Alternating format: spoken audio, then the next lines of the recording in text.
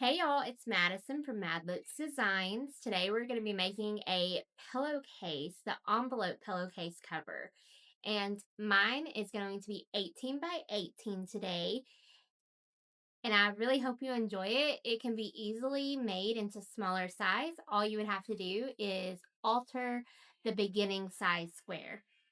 I hope you enjoy, and let's get on with the video.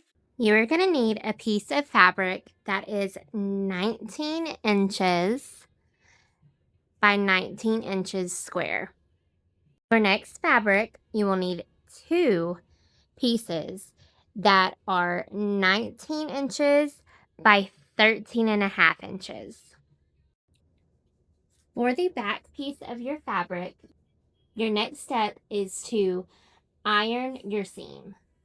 We're working with the side that is 19 inches long, not the 13 and a half. So you're going to fold it over twice, half an inch, iron, another half of an inch and iron, and then you're going to do a decorative top stitch along this edge on both panels for your back side. I use a 4.0 stitch length when I'm doing anything decorative.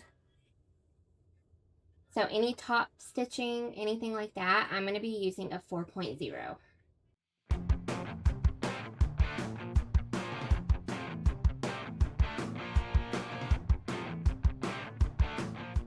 We are going to be making our pillowcase with French seams. So what that basically means is a hidden seam where you cannot see the open edge of your fabric. So in order to do that, it's going to feel really weird, but we're going to sew it wrong sides together. So where the pretty side of all of your fabric is facing outward. And it's going to seem weird at first, but I promise it will come together at the end. Just trust the process. So the part that you did your top stitching is going to be in the middle on both of them. And you want your pretty side facing out, not in. The pretty side of your fabric. Okay? You have an overlap of about 5.5 inches. When I'm sewing, I do some forward and back stitches on both of these edges here where they're meeting, just because that's going to be a point that might rip in the future. And I'm going to clip around the whole thing. Now take it to your sewing machine and stitch along all 4 edges. I'm going to sew this first row with 1/4 of an inch seam allowance.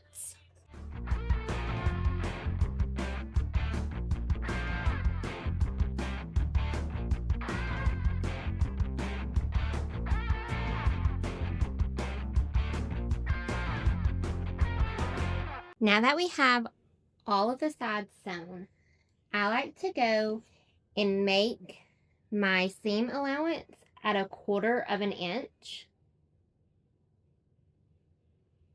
So line up where you sewn.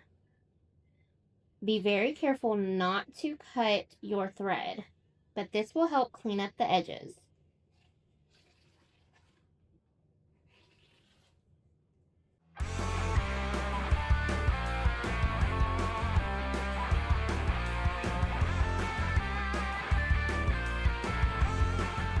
Flip it inside out. Make sure you're getting your corners. I like to stick my finger in and push it out where it's a nice corner. Press your seams where they're nice and crisp. And then you're going to top stitch, and then you're going to sew around all 4 corners again. We are going to use a 3/8 seam allowance because when we cut the seam at 1/4 of an inch using a seam that is bigger than that seam, it will completely hide it.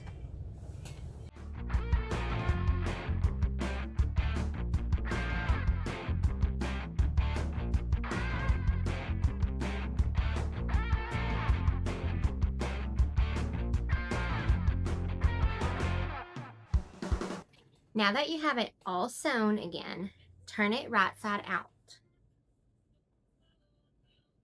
Doing this process keeps the seams clean on the inside, and this is called a French seam. And you see this on a lot of pillowcases. It's super simple once you get the hang of it. It's basically teaching your brain to sew wrong, honestly, because we sew everything pretty side first when we turn it inside out. So you just want to clean it up. Like, see, I have a few of these little strings hanging out. I'm just going to clean it up real quick.